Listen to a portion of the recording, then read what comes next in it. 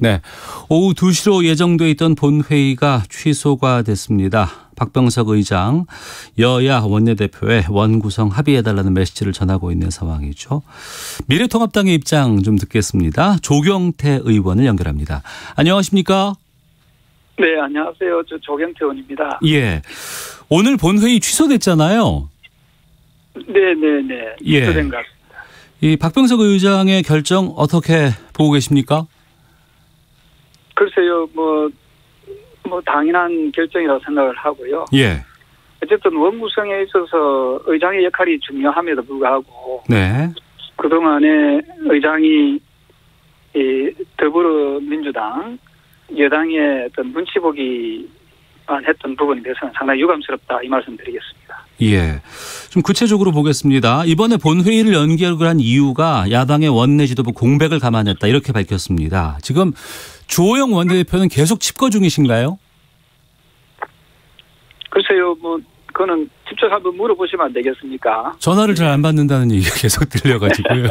제가 그 입장이 안 돼가지고 예. 그 부분 제가 말씀드리기 좀 어렵겠습니다. 예. 예. 통합당 의원들과는 지금 의견을 나누고 계신 건가요? 어떻습니까?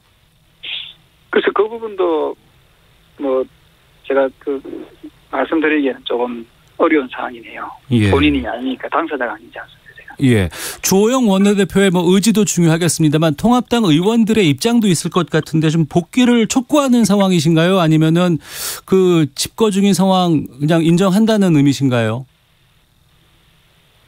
글쎄요, 이런 여러 가지 사단이 난 것은 예. 더불어민주당이 일반적으로 제1야당의 의견을 무시하고 네. 강행 처리하면서 발생한 문제지 않습니까? 네. 주호영 원내대표 개인의 문제라기보다는 네. 시선을 더불어민주당과 국회의장에 대해서 좀 시선을 좀 돌렸으면 좋겠다 생각을 하고요. 예. 우리 사회자님도 잘 아시다시피 더불어민주당이 18대 국회 때 81석밖에 안 됐거든요. 예. 지금 미래통합당이 103석입니다만은 그때 18대 때 2008년도에 보면은 81석의 의석수를 가지고도 네. 법사위원장을 민주당이 깨찾지 않았습니까? 네. 그리고 그 당시에 원구성이 89일 만에 이루어졌습니다. 네. 8월 26일 날 원구성이 이루어졌거든요. 네. 지금 뭐가 급한지 더불어민주당에서는 그렇게 무리하게 서둘러서 국회를 갖다가 이런 식으로 반민주적인 식으로 끌고 가는지 잘 이해가 안 됩니다. 네. 그러면 조경태 의원께서는 민주당이 어떤 입장을 취해야 원구성 협상 시작할 수 있다고 보십니까? 정치가 지금 실종되어 있거든요. 예. 한마디로 말씀드리면은 다수결로 할 것 같으면은 야당이 왜 필요합니까? 네. 야당이 지금 현재 상태에서는 할 수 있는 게 없습니다. 네. 거수기밖에 안 되는 거죠. 그야말로 모양새 갖추는 정도 역할. 네. 정치라는 것은 어쨌든 여야가 공존하게 돼 있고 야당은 여당을 존중해야 되지만 또한 여당 역시 야당을 존중하는 그런 국회의 문화, 의회 민주주의의 원칙을 지켜나가야 된다. 네. 다수결 원칙을 따를 것 같으면 다수당에서 다 하면 되지요. 야당이 필요가 없잖아요. 네. 그래서 이런 부분에 대해서 자기들이 야당이었을 때를 기억을 하라. 이런 말이 있잖아요. 개구리 올챙이 시절 모른다고. 예. 자기들이 야당일 때 그렇게 요구해놓고 이제 여당이 되니까 다수당이 되니까 또 자기들 마음대로 하겠다는 그런 오만함은 저는 야당을 지지하는 40% 이상의 국민들을 무시한다. 네. 저는 그렇게 보고 있습니다. 예. 지금이라도 더불어민주당 예. 여당이 정신 차려가지고 네. 의회 민주주의의 어떤 원칙을 잘 수행해 줬으면 좋겠다는 입장이고요. 네. 박병석 의장 역시도 사회권을 가지고 있으면서 왜 그걸 무리하게 법사위원장과 6개 상임입니까? 이걸 일방적으로 처리하도록 사회를 봅니까? 그래서 불명예스러운 그런 국회의장직을 계속 수행하려고 하지 마시라 하는 그 주의를 제가 좀 촉구합니다. 예. 그럼 그 말씀은 지금 그 법사위라든가 6개 상임위원장 일방 선출한 것에 대해서 사과를 넘어서서 말입니다. 다시 해야지. 다시 재선출할 수 있도록. 재선출해달라. 정치를 해야지 된다 아닙니까, 그죠? 그래서 정치를 하고 싶으면은 다시 재선출하자. 그렇게 해야 되고 지금 외교통상위원장이 송영길 위원장입니까? 네. 상당히 국민들한테 상처 주는 얘기를 많이 하잖아요. 남북 연락사무소를 대포로 폭파하는 걸 다행으로 생각한다. 이게 말이 되는 이야기입니까? 그래서 그런 잘못된 상임위원장 선출에 대해서도 여야가 다시 고민을 해야 되고요. 예. 어쨌든 법사위 위원장뿐만 아니라 일방적으로 여당이 강행 처리했던 상임위부터 해서 원점에서 재논의해야 된다 하는 입장입니다. 예. 그런데 지금 남북 연락사무소 폭파 이후로 북한 문제가 상당히 지금 크게 대두되고 있는 상황입니다. 하태경 의원은 안보위기 대처를 위해서라도 좀 주호영 원내대표가 즉각 복귀해야 한다 이런 주장을 했다고 하고 또 통합당이 보수정당으로서 안보정당으로서 좀 이 문제에 대해 적극적으로 좀 국회에 들어와서 대처를 해야 되지 않겠나 이런 지적도 나오고 있거든요. 말도 안 되는 소리 하지 말아주십시오. 야당 없어도 다 할 수 있다라는 그 자신감은 더불어민주당 자신감 어디 갔습니까?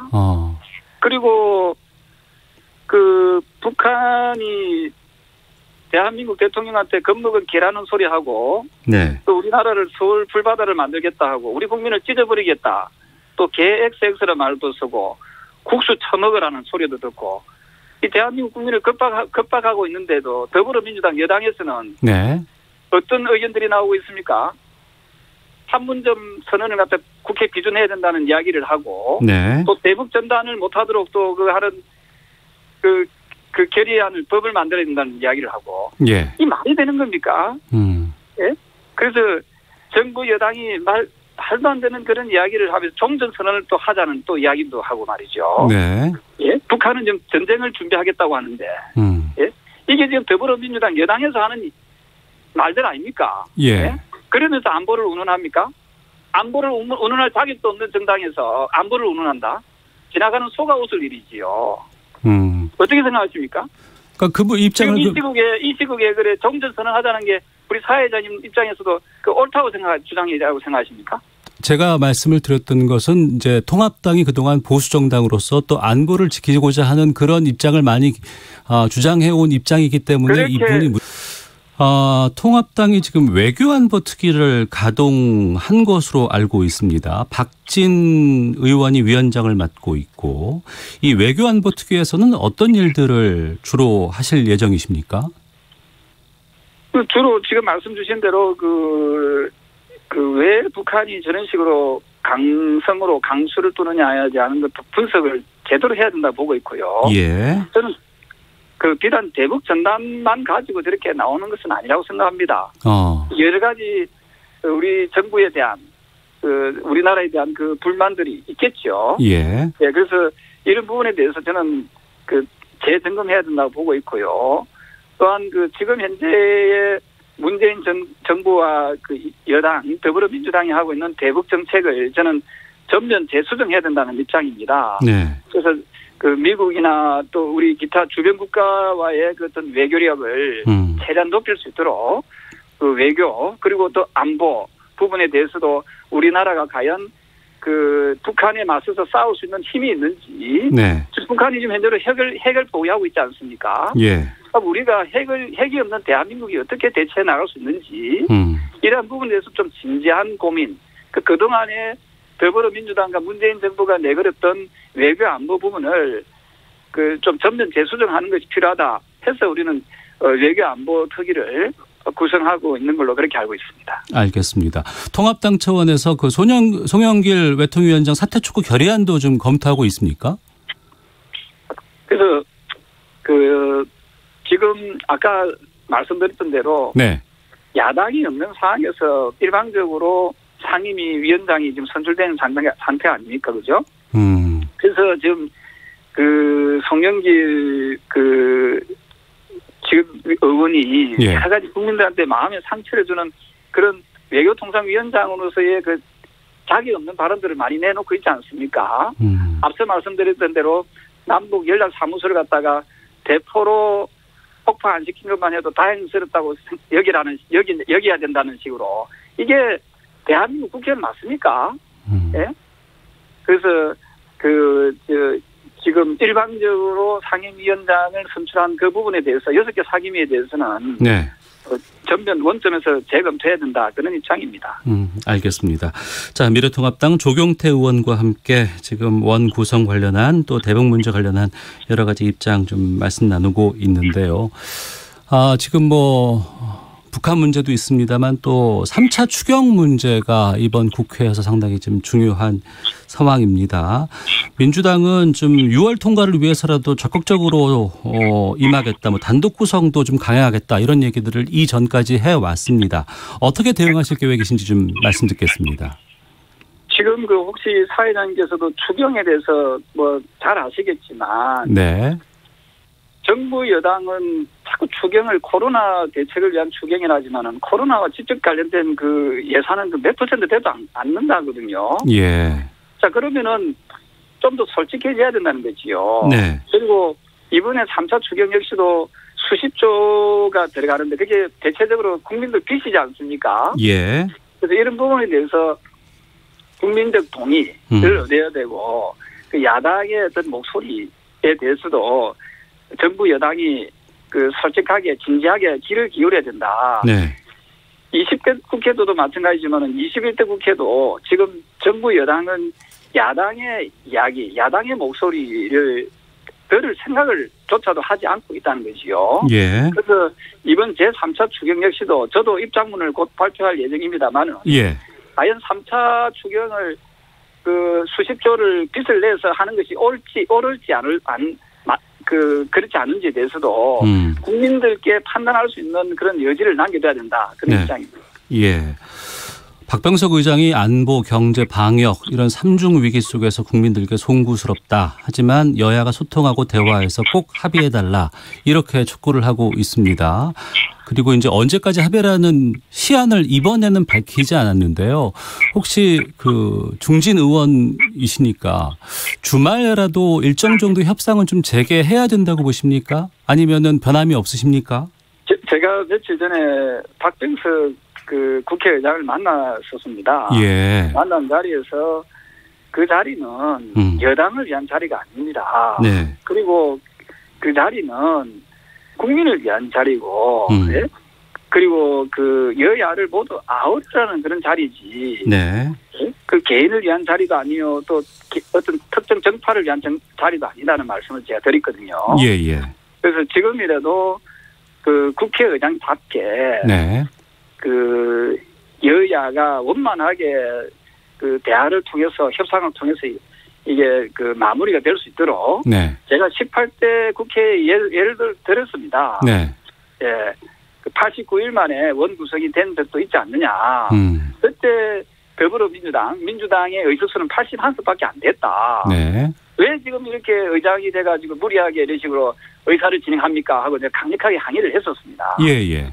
그래서 앞으로도 국회라는 것은 정치를 하는 입법부지 않습니까? 예. 그러면은 다수당의 행포로서 숫자로서만 밀어붙이려고 하지 말고 네. 야당으로서의 어떤 제1야당을 인정해주고 네. 대화와 타협, 협상을 통해서 과거에 우리 선배 정치인들이 다 그래오지 않았습니까? 예, 그 모습을 이번 21대 국회에서 보여줘야 된다. 예. 하는 겁니다. 그래서 국회의장, 그다음 더불어민주당 이 두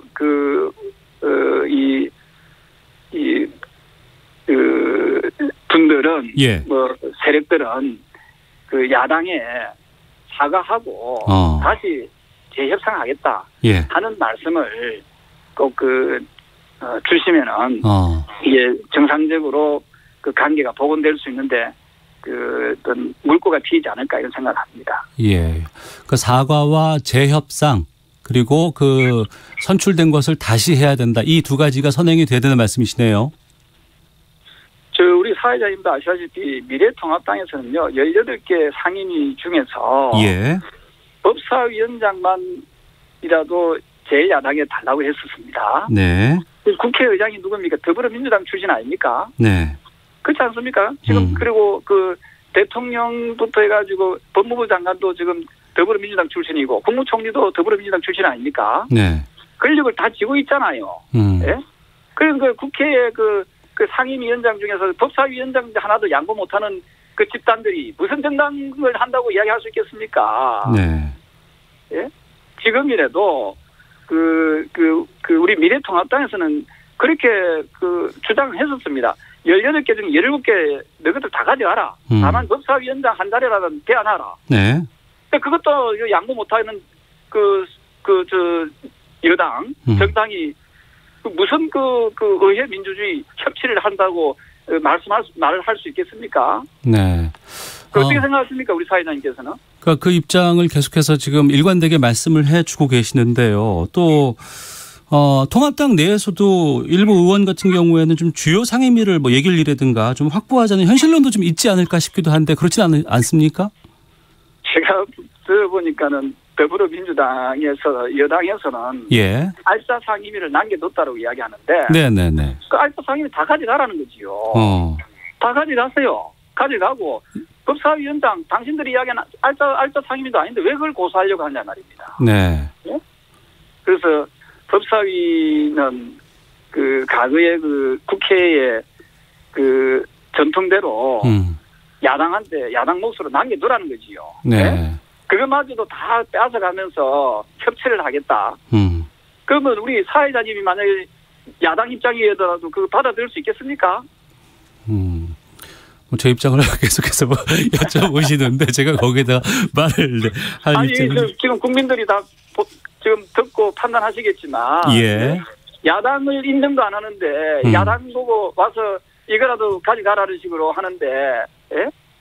하지만 또 언제 협치라는 것이 협치라는 것은 서로 양보하고 이해하고 또 많이 가진 쪽에서 적게 가진 쪽에다가 양보하라 해야지 적게 가진 쪽에서 많이 가진 쪽 보고 양보하라면 그게 이치적으로 맞습니까 그게?